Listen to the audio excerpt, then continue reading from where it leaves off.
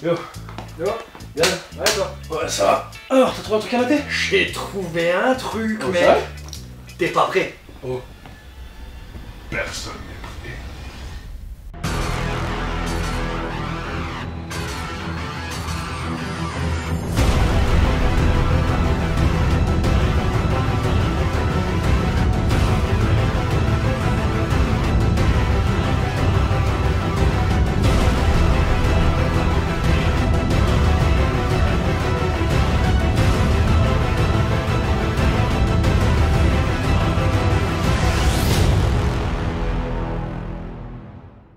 Bonjour à tous, bienvenue dans l'épisode 4 de Jamais sans mon nanar. Bon, jusque là j'étais gentil, mais à partir de là, on va vraiment commencer à rentrer dans le vif du sujet. Disons que si je devais comparer les nanars au monde du foot, avec Beowulf et Catwoman, on était plutôt dans la ligue régionale, quoi. Avec FC Guingamp, l'Olympique de Froidcul. Mais là, on passe en D1, quoi. Madrid, Barcelone, Ligue des Champions, quoi. Et réalisateur, c'est Ronaldo.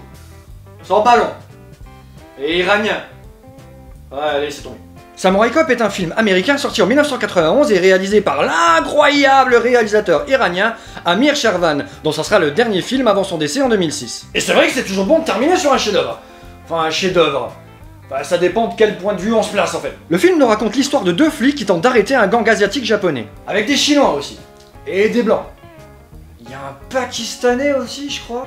Et il me semble avoir vu une meuf à poil. Et voilà, je crois qu'on a à peu près fait le tour. Mais on y reviendra plus tard. Commençons par le début. Laissez-vous émerveiller et surprendre par le dynamisme de ces couleurs subtilement nuancées. Des putains de noms blancs sur fond noir. Non mais t'es sérieux? Même ma cousine a réussi à faire mieux pour son projet de TPE sur Movie Maker, bordel! Mais oui, je sais, mais vous êtes qui, monsieur? Bonjour! Petite précision, la musique que vous entendez là actuellement n'est pas la musique originale, c'est moi qui l'ai changée. Parce que je vous aime et que je me soucie de votre santé mentale. Parce que la vraie, c'est ça.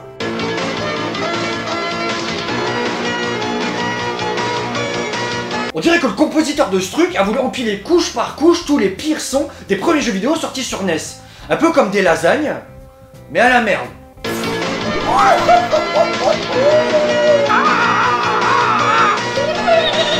Non mais vous êtes sérieux? Mais qu'est-ce que c'est que cette musique? Tous les ingés étaient défoncés au speed ou quoi? On dirait un moyen de torture psychologique utilisé pendant la guerre au Moyen-Orient. Non mais vous la voyez la scène là?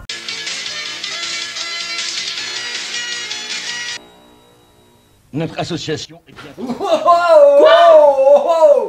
La première scène du film nous présente ceux qu'il semble être les antagonistes du film, qui s'appellent... Katana. Composé de leur charismatique chef Jean-Bernard Mulet et de tous ses acolytes, à savoir la fusion improbable de Kevin Nash et de Seb du joueur de grenier, la version Hooking Bombast de Terminator, un Pakistanais et du Michel Bourré avec des lunettes de soleil, un grand black avec une salopette et bien d'autres. À peu près l'idée générale que tout le monde se fait d'un gang de Yakuza classique quoi. Apparemment leur but est de créer une alliance entre les différents gangs parce que... Il y a bien assez de pognon à prendre dans notre boulot pour tout le monde. Mais le shogun Jean-Bernard Mulet n'est pas de cet avis. Mais retrouvons tout de suite nos terrifiants membres du clan Katana dans leur première tentative d'alliance avec un clan chinois. Bonjour, monsieur Lee. Bah évidemment. Après un plaidoyer digne des plus grands avocats, Monsieur Fujiyama s'est montré très patient avec vous. la parole à la défense. Votre avis, monsieur? Je n'ai absolument aucune idée de ce que je fais là. Et ça part en couille. Coup de pied chinois, recoup de pied chinois, pakistanais qui sort un flingue, chinois immortel, kung fu, chinois pas immortel, plan fixe, Rookin Terminator, Oscar du meilleur acteur. Le boulot est terminé. Bon, ils sont où les deux flics là, parce que ça fait déjà 1 heure que c'est commencé. 4 minutes en fait. 4 minutes. 4 minutes. Hein? 4 minutes! Bref, après cette trop longue scène d'introduction, vous allez enfin pouvoir découvrir nos deux charismatiques héros. Prêts à défendre la justice au péril de leur vie et enfin rencontrer le fameux Samurai Cop, le fils caché de Jean-Claude Van Damme.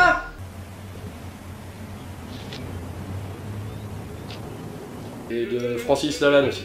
Ouais. Avec une casquette. Ouais. Et là, on retombe forcément dans les clichés éculés des films type Arme Fatale. Mais là, on est dans la version Leader Prize de l'Arme Fatale. Oui, hein, quand t'as pas Gibson ou Glover, mais que t'as Douglas Sourire ou John Marshall pour faire ton film, tu peux pas faire de miracle. C'est marrant parce que en fait dans le film il s'appelle vraiment John Marshall. John Marshall? Ouais ouais. John Marshall! Et tu veux dire que le mec il porte littéralement le nom de son travail quoi? Bonjour, Maurice Commissaire.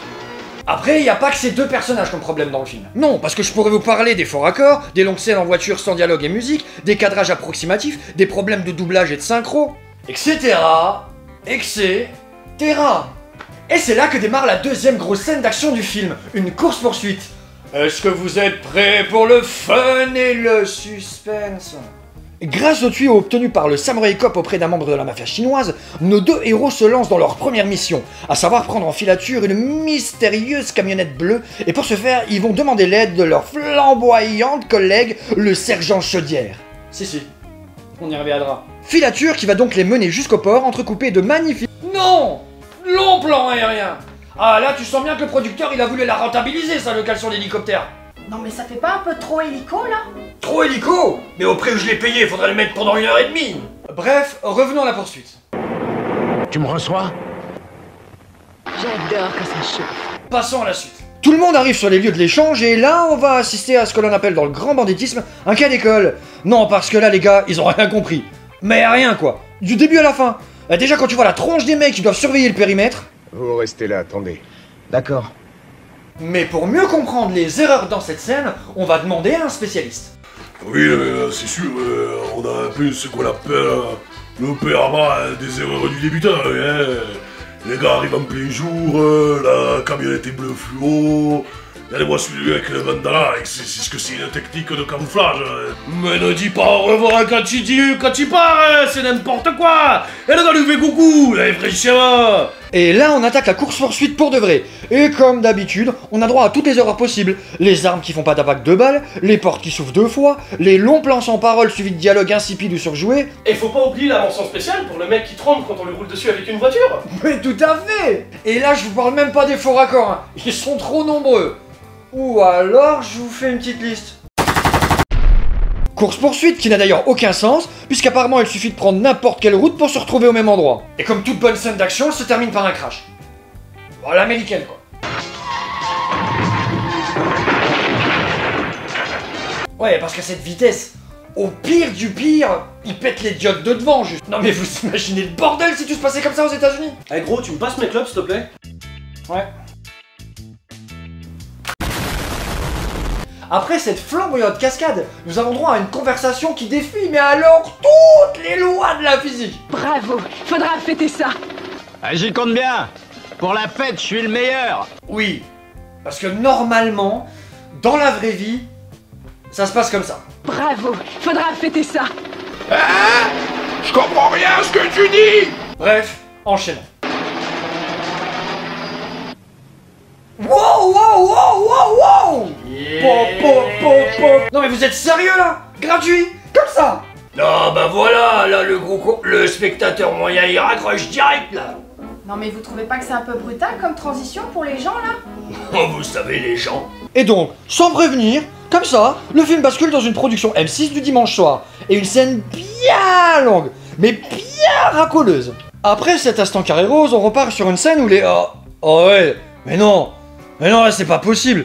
Mais qu'est-ce que c'est que ces gueules d'acteurs pourris? Et c'est là qu'on se rend compte qu'ils ont quand même mis vachement plus de temps sur le casting des gonzesses à poil que sur tous les autres personnages du film. Hein. Parce qu'entre elle et Miss Bombas, ok. Alors qu'en face pour les mecs on a Chang Michel Mulet, Steve Catcher et toute la bande à Picsou quoi. Tu vois qu'ils ont été vachement moins regardants quand même. Et encore une fois une scène bien trop longue pour ce qu'elle a à raconter, donc je vais vous la résumer. Chef japonais Mulet pas content dit à Samurai Catcher russe et sa bande que laisser Pakistanais brûler aux mains de la police ça craint, car... Un mort ne parle pas. Donc faut le fumer. Sans mauvais jeu de mots. Pendant ce temps, nos deux héros se rendent à l'hôpital pour interroger le paquis flambé. C'est en arrivant à la chambre de la version crêpe Suzette de Ravi Shankar qu'ils vont être interpellés par le médecin de celui-ci. Et c'est alors que va se dérouler la scène de drague la plus what the fuck de l'histoire, qu'avec toute l'équipe nous avons décidé d'appeler... La gênance. Et là vous allez me demander, pourquoi la gênance? Vous aimez ce que vous regardez? Ouais, j'apprécie beaucoup ce que je vois. Vous aimeriez peut-être toucher? Vous voulez coucher avec moi? Voyons un peu ce que ça vaut.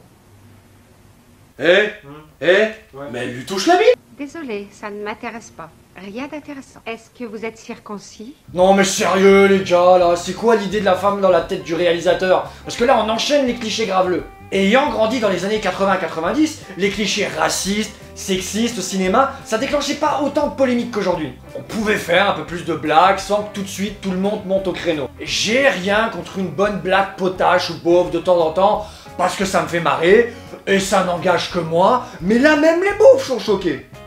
Là, je suis choqué. On dirait que dans la tête du réal ou du scénariste, la femme, c'est le jeu des 7 familles, version Infoman. Et pour la parité, il y a même un serveur. Ou une serveuse. Bah, c'est à vous de voir, quoi. On va avoir des problèmes. Et toute cette scène pour que la Dr. Esler réponde. Il a le visage complètement brûlé. La prochaine fois, évitez de l'enflammer. Donc pour rien. C'est alors que nos héros s'en vont que les méchants arrivent pour se débarrasser du témoin gênant. Le tout dans une approche digne des plus grands illusionnistes. Bref, ils le font. Prennent un petit souvenir et repartent comme si de rien n'était. Arrêtez. Papier. De retour au commissariat pour la célébrissime et néanmoins cliché scène des flics en conflit avec leur chef qui visiblement a l'air sorti d'un mauvais épisode de Derrick, ils vont recevoir un tuyau de leur collègue qui les informe que le gang du katana... Katana, ça veut dire quoi? C'est une épée! Se réunit dans un resto chicos. Le lagon bleu. Ils se rendent donc au restaurant, et s'en suivra donc la première confrontation entre les héros et les antagonistes du film. Je suis un flic. Ouh, attention! Vous êtes bien le patron de cette pourriture de katana.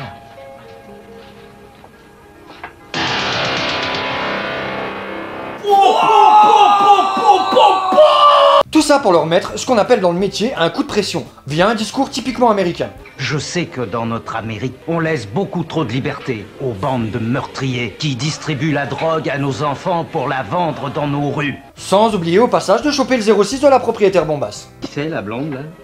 Et d'ailleurs, on en parle là du resto chinois, le lagon bleu? Les deux flics s'en vont du restaurant, mais comme l'honneur d'Igor Yakuza a été bafoué, il ne peut pas les laisser partir comme ça.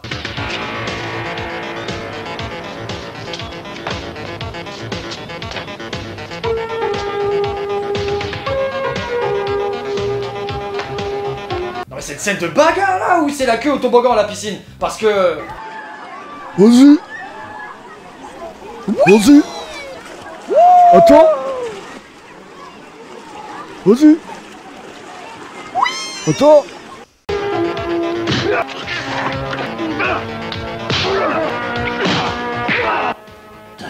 Kung Fu, t'as pas l'habitude. Ouais, c'est impressionnant. Gros, oh putain, y'a ça, y'a ça. Mais non. Yeah, le sabre. Mais Igor, lassé de la situation, décide de sortir ses plus belles techniques de samouraï.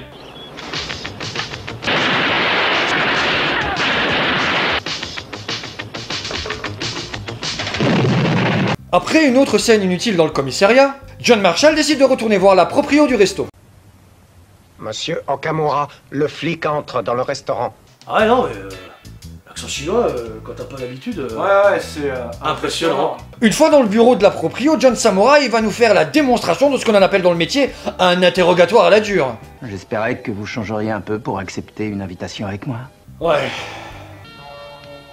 Pour un officier de police, poser des questions fait partie Attends. Je croyais que c'était un honorable homme d'affaires. Non, mais parce qui nous que là, apprêtait Non, de attends, l'argent je te dis, à attends moi 2 et secondes. ma mère. À la mort de mon père, qui venait de créer ce restaurant, qui ne pouvait plus faire face à ses dettes. Maintenant. Mais la tête de lion! Attends, t'énerve pas. Pour ça, on va demander l'avis d'un professionnel de la déco. C'est de la merde. John Marshall quitte l'établissement bredouille, mais c'est alors que... Non mais c'est quoi le problème avec la couleur dans ce film? Non parce que j'avais déjà remarqué, mais je pensais que c'était des petits incidents. Là je vais vraiment finir par penser que c'est un parti pris. Franchement, c'est qui le responsable de la colorimétrie dans ce film? C'est un peu trop rouge là, non? Mais non, c'est bien le rouge. Et s'ensuit avalanche de techniques kung-fu, hein.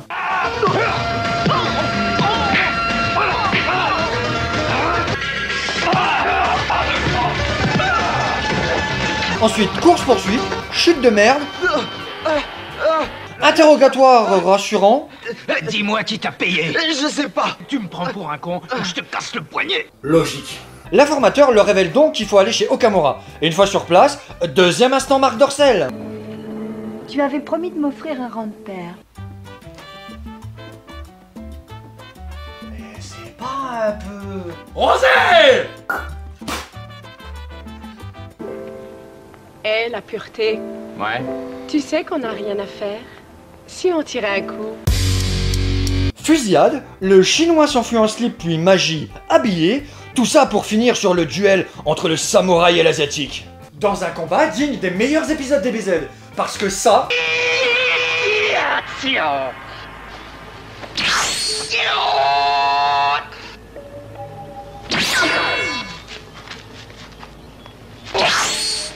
Qu'on soit bien d'accord, c'est de la téléportation. Instant perruque, taijutsu, soumission, retournement de situation, et il l'achève. Je connaissais pas cette technique. Ensuite, scène de méchant, mais chiante. Donc méchiante. Et ensuite... Tiens, je t'ai ramené un petit... Des mercenaires engagés par le clan Katana arrivent pour dessouder John Marshall dans une arrivée sympathique.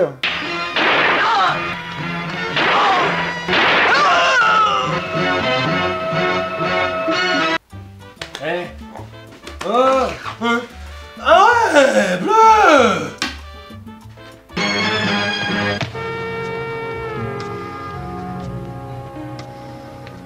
Mais vous trouvez vraiment que... Si, ça commençait à faire un peu long là. Puis j'aime bien la petite routine. Gros jeu d'acteur.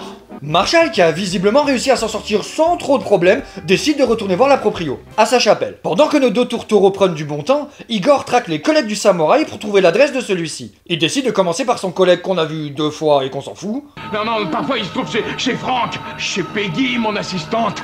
Et il le trahit. Ensuite, il va chez le Black. Ou je te coupe ton petit nougat.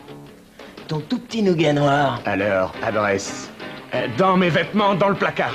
Qui le trahit aussi. Ouais, mais c'est pour sauver sa bite. Et ils finissent par le sergent Chaudière. Non! Arrêtez! Azuma Beach! Au croisement des routes! Qui le trahit aussi.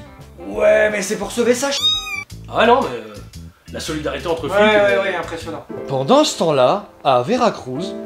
Voilà, Jennifer, je t'ai fait ce joli gâteau. Rien que pour toi, Jennifer.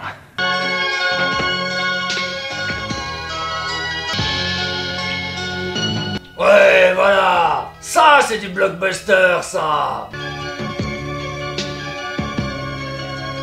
Ouais. Non! Ouais, allô? Non, mais c'est vraiment écrit comme ça. Les tueurs en veulent à ta peau. Des tueurs? Mais qu'est-ce qui se passe? Je sais pas, au hasard, t'es flic? T'as menacé un clan de Yakuza? Tu tapes la protégée de leur chef? Connard! Ensuite, nouvelle fusillade nulle avec des morts de figurants improbables.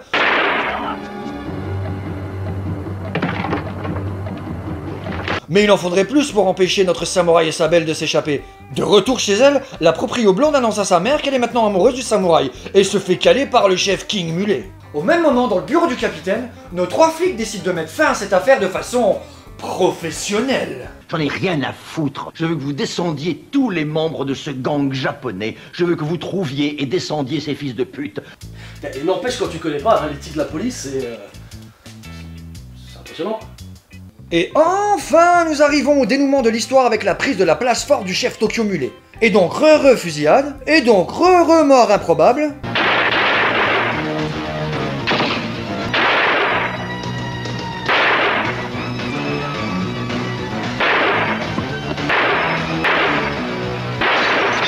Et là, c'est festival, hein, le lâcher de ballon, colorimétrie improbable, jeu d'acteur merdique, scène d'action trop longue, suspense qui marche pas, désynchronisation de la musique avec l'action, incohérence, et pour finir, la mort débile du chef Mulet, et le film est fini. Ah, non, je n'ai pas encore terminé. Yamashita, lui, est toujours vivant. Mais c'est qui Yamashita? Le gros russe. Ah. Quoi? Wop, hop, hop, hop, Attends. Oh putain. Ouais, je te l'avais dit. Fusillade nulle, et enfin l'affrontement final, le duel de samouraï. J'attends. Sabre!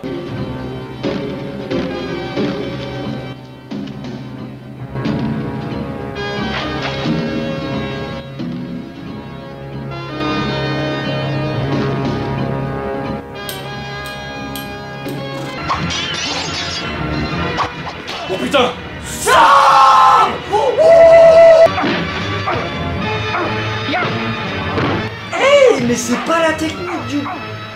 Non. Après quelques passes d'armes au sabre, le combat finira à main nue où John Samurai Marshall terrassera Igor Yakuza dans le respect parfait des règles du... Code du Bushita. Non. Mais John décidera d'épargner son adversaire parce que... Non, Joe, t'es flic. Mais c'est pas grave, parce qu'Igor décidera de mettre lui-même fin à ses jours. Donc tout est bien qui finit bien, les méchants sont morts, les gentils ont gagné, et le film se termine sur la plage où le héros victorieux finit avec la fille. Ou plutôt, sur la fille. Et majestueux plan final lourd de sens, un rocher. Voilà, c'était Samurai Cop, et ce film est absolument grandiose. Vous en rendez peut-être pas compte là, mais je vous ai à peine parlé d'un tiers des problèmes qu'on peut rencontrer dans ce film. Rien n'est réussi, et c'est ce qui le rend d'ailleurs tellement hilarant. Bon, vous l'avez encore une fois remarqué, on est à nouveau dans un film où les noms des acteurs sont totalement inconnus, hein. Mais sûrement des acteurs qui n'ont rien fait avant, et qui n'ont probablement rien fait après. Et donc on parle pas de Samurai Cop 2, sorti en 2015. Pardon? Ils ont fait une suite? Ah ouais, va voir sur YouTube, il y a un trailer. Ouais, ok.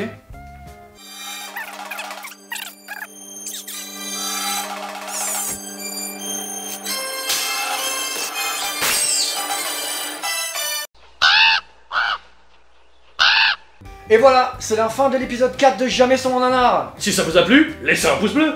Et si vous avez des suggestions à nous faire, n'hésitez pas à les laisser en commentaire. Et n'oubliez pas de vous abonner à la chaîne et d'activer la petite cloche. Et sur ce, ciao.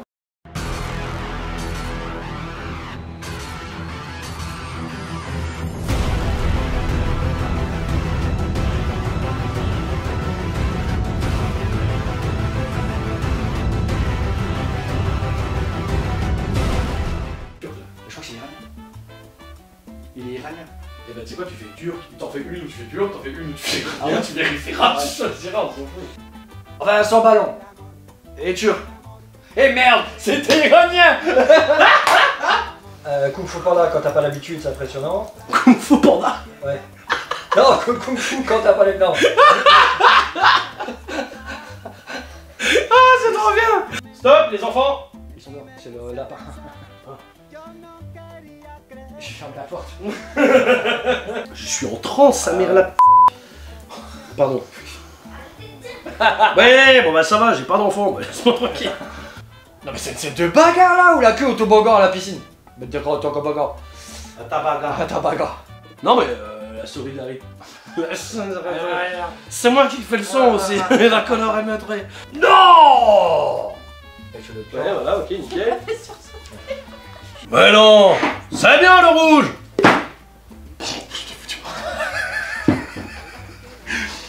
C'est pas grave, ça se voit pas, vas-y on la refait tout de suite. Ah, on s'en fout, on s'en fout, on s'en fout. Putain, mais Eugene, il va sortir la vinasse, sa mère la pute.